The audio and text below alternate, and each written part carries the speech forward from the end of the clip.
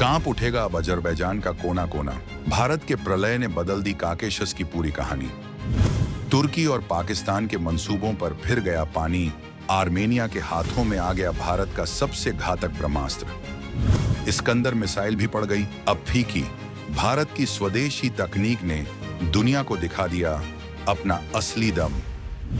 युद्ध के मैदान में मचेगा अब हाहाकार। 500 किलोमीटर की रेंज में दुश्मन का हर ठिकाना होगा अब खाक। जब पूरी दुनिया की नजरें यूक्रेन और मध्य पूर्व के सुलगते हुए मोर्चों पर टिकी थीं, ठीक उसी वक्त खामोशी से भारत ने एक ऐसी चाल चल दी है जिसने एशिया से लेकर यूरोप की सीमाओं तक खलबली मचा दी है। यह खबर किसी साधारण व्यापारिक समझौते की नहीं है और न ही यह सिर्फ दो देशों के बीच हाथ मिलाने की रस्म है। यह उस बदले की आग की कहानी है जो पिछले कई सालों से सुलग रही थी और अब भारत ने उसमें बारूद डाल दिया है। जब काकेशस के पहाड़ों में एक छोटा सा देश अपने अस्तित्व की लड़ाई लड़ रहा था और तीन बड़े शिकारी अजरबैजान, तुर्की और पाकिस्तान उसे नोच खाने को तैयार बैठे थे, तब भारत ने चुप्पी तोड़ी है। और यह चुप्पी किसी बयान से नहीं बल्कि एक ऐसे हथियार से तोड़ी गई है जिसका नाम सुनते ही दुश्मन के बंकरों में सन्नाटा पसर जाता है। यह भारत की बदलती हुई विदेश नीति का वो आक्रामक चेहरा है जो अब सिर्फ अपनी सरहदों की रक्षा नहीं करता बल्कि 7 समंदर पार जाकर अपने दोस्तों के हाथों में तलवार थमाना भी जानता है। जो लोग कल तक भारत को सिर्फ शांति का उपदेश देने वाला देश समझते थे, आज वही लोग भारत की इस नई मिसाइल डिप्लोमेसी को देखकर हैरान हैं। अजरबैजान की राजधानी बाकू में जो चैन की नींद सो रहे थे, अब उनकी रातों की नींद उड़ने वाली है, क्योंकि उनके पड़ोस में एक ऐसा काल तैनात होने जा रहा है जिसे रोकने की तकनीक शायद अभी तक उनके आकाओं ने भी नहीं बनाई है। हम आपको बताएंगे इस गेम चेंजिंग डील की पूरी कहानी, तो बने रहिएगा वीडियो पर। और इस संबंध में आपके जो भी विचार हों कमेंट में लिखकर जरूर बताइएगा। तो आखिर वो कौन सा हथियार है जिसने रातों रात बाजी पलट दी है? क्यों तुर्की और पाकिस्तान के होश फाख्ता हो गए हैं? क्या भारत अब रूस और अमेरिका को पछाड़कर दुनिया का नया डिफेंस सप्लायर बन रहा है? प्रलय मिसाइल में ऐसा क्या खास है जो इसे दुनिया की सबसे खतरनाक मिसाइलों में शुमार करता है? और सबसे बड़ा सवाल, क्या भारत का यह कदम एक नए युद्ध की आहट है या फिर शांति स्थापित करने का शक्तिशाली तरीका? इन सारे तीखे सवालों के जवाब हम आपको इस वीडियो में आगे देने वाले हैं। चलिए अब इस सस्पेंस के बादल को हटाते हैं और उस खबर पर बात करते हैं जिसने अजरबैजान के राष्ट्रपति भवन से लेकर रावलपिंडी के हेडक्वार्टर तक हलचल मचा दी है। मीडिया रिपोर्ट्स और रक्षा सूत्रों के हवाले से जो खबरें छनकर आ रही हैं, वो ये बताती हैं कि आर्मेनिया, जो अब तक अपनी सुरक्षा के लिए संघर्ष कर रहा था, अब भारत से प्रलय टैक्टिकल बैलिस्टिक मिसाइल TBM खरीदने की कतार में सबसे आगे खड़ा है। यह कोई छोटी मोटी बंदूक या गोला बारूद की डील नहीं है। प्रलय भारत की वो स्वदेशी ताकत है जिसे DRDO ने खास तौर पर दुश्मन के हाई वैल्यू टारगेट्स को नेस्तनाबूद करने के लिए बनाया है। अब तक आर्मेनिया भारत से पिनाका रॉकेट सिस्टम और आकाश एयर डिफेंस सिस्टम ले रहा था, जो कि रक्षात्मक हथियार माने जाते हैं। लेकिन प्रलय का सौदा एक बहुत बड़ा रणनीतिक बदलाव है। यह एक ऑफेंसिव यानी हमलावर हथियार है। इसका मतलब साफ है, आर्मेनिया अब सिर्फ अपना बचाव नहीं करेगा बल्कि अगर जरूरत पड़ी तो दुश्मन के घर में घुसकर 500 किलोमीटर दूर बैठे दुश्मन के ठिकानों को भी मिट्टी में मिला देगा। भारत ने यह फैसला बहुत सोच समझ कर लिया है। यह अजरबैजान और उसके पीछे खड़े पाकिस्तान और तुर्की के नेक्सस को तोड़ने के लिए भारत का मास्टर स्ट्रोक है।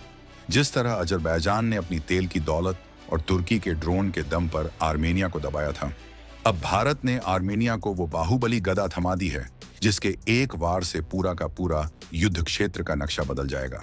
इस डील की गूंज सिर्फ आर्मेनिया और अजरबैजान तक सीमित नहीं है, इसकी धमक सीधे पाकिस्तान और तुर्की तक पहुंच रही है। हमें यह समझना होगा कि यह लड़ाई सिर्फ जमीन के एक टुकड़े की नहीं है। अजरबैजान का सबसे बड़ा समर्थक तुर्की है और तुर्की का छोटा भाई पाकिस्तान है। ये तीनों देश मिलकर एक ऐसा गुट एक्सिस बनाते हैं जो हर अंतर्राष्ट्रीय मंच पर भारत के खिलाफ जहर उगलता है, खासकर कश्मीर के मुद्दे पर। पाकिस्तान ने तो अजरबैजान की मदद के लिए अपने सैनिक और हथियार तक भेजे थे। ऐसे में भारत ने पुरानी कहावत दुश्मन का दुश्मन दोस्त होता है को एक नई धार दी है। आर्मेनिया को प्रलय मिसाइल देकर भारत ने एक तीर से कई शिकार किए हैं।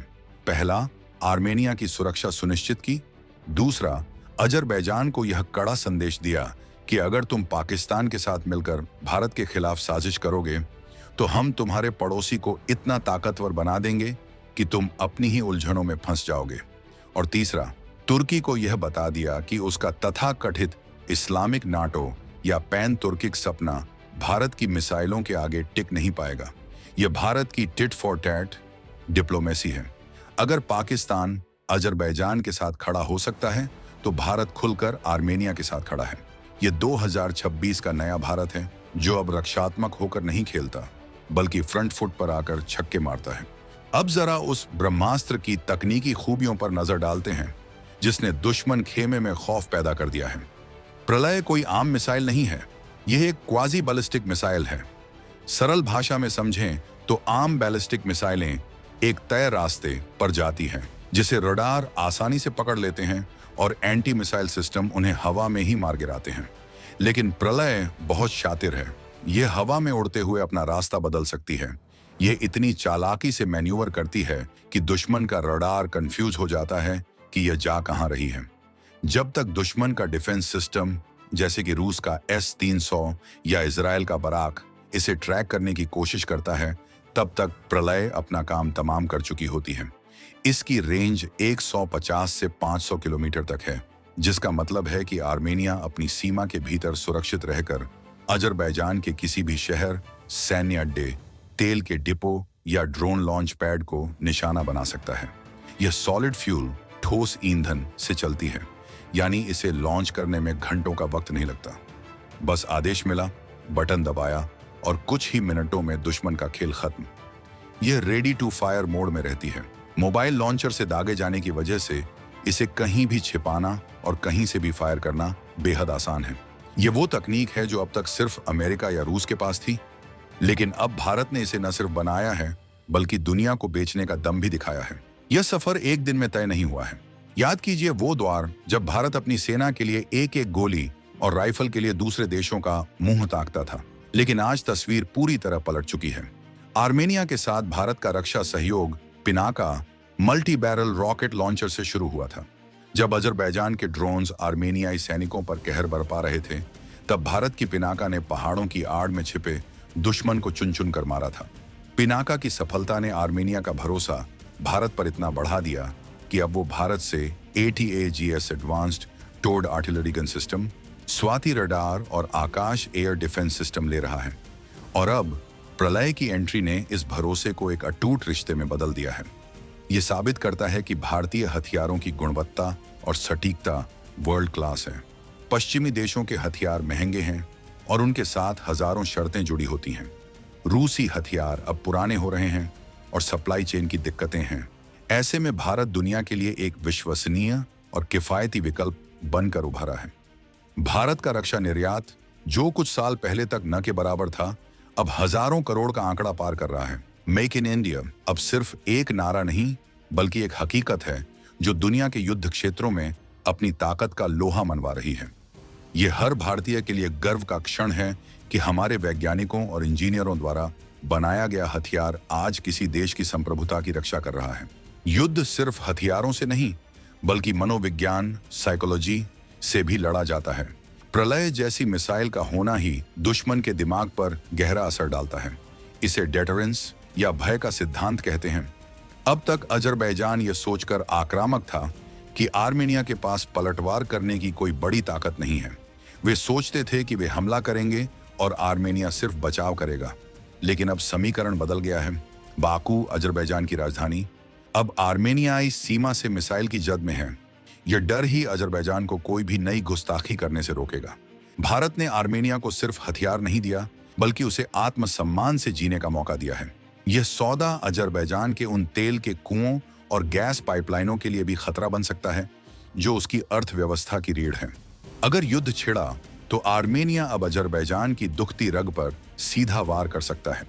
यह बदला हुआ शक्ति संतुलन ही शांति की गारंटी बन सकता है, क्योंकि जब दोनों पक्ष ताकतवर होते हैं तो युद्ध का खतरा कम हो जाता है। भारत ने यह सुनिश्चित किया है कि काकेशस क्षेत्र में किसी एक देश की दादागिरी न चले। यह कूटनीति का बेहतरीन उदाहरण है, जहां भारत ने बिना अपनी सेना भेजे सिर्फ अपने तकनीक और व्यापार के जरिए एक पूरे क्षेत्र की राजनीति को नियंत्रित कर लिया है। इस पूरे खेल में रूस और ईरान की भूमिका को भी नजरअंदाज नहीं किया जा सकता। आर्मेनिया पारंपरिक रूप से रूस का दोस्त रहा है, लेकिन यूक्रेन युद्ध में उलझे होने के कारण रूस उसकी मदद नहीं कर पाया। ऐसे में भारत ने वो खाली जगह भरी है। लेकिन मजे की बात यह है कि भारत के हथियार आर्मेनिया तक पहुंचते कैसे हैं। यहाँ ईरान एक बड़ा खिलाड़ी बनकर उभरता है। भारत अपने हथियार ईरान के बंदरगाहों पर उतारता है और वहां से वे सड़क के रास्ते आर्मेनिया पहुंचते हैं। अजरबैजान और ईरान के रिश्ते भी तनावपूर्ण हैं, इसलिए ईरान खुशी खुशी भारत को रास्ता देता है। यह भारत, ईरान और आर्मेनिया की एक अघोषित ट्रिलैटरल पार्टनरशिप है जो पाकिस्तान, तुर्की, अजरबैजान के गठजोड़ को टक्कर दे रही है। प्रलय जैसी भारी भरकम मिसाइलों का वहां पहुंचना यह बताता है कि यह सप्लाई चेन कितनी मजबूत और सुरक्षित हो चुकी है। भारत ने न सिर्फ हथियार बनाए, बल्कि उन्हें दुश्मन की नाक के नीचे से अपने दोस्त तक पहुंचाने का सुरक्षित गलियारा भी तैयार कर लिया है। यह भारत की लॉजिस्टिकल जीत भी है। जो देश कल तक भारत को घेरने की स्ट्रिंग ऑफ पर्ल्स नीति बना रहे थे, आज भारत ने उन्हें उन्हीं के खेल में मात दे दी है।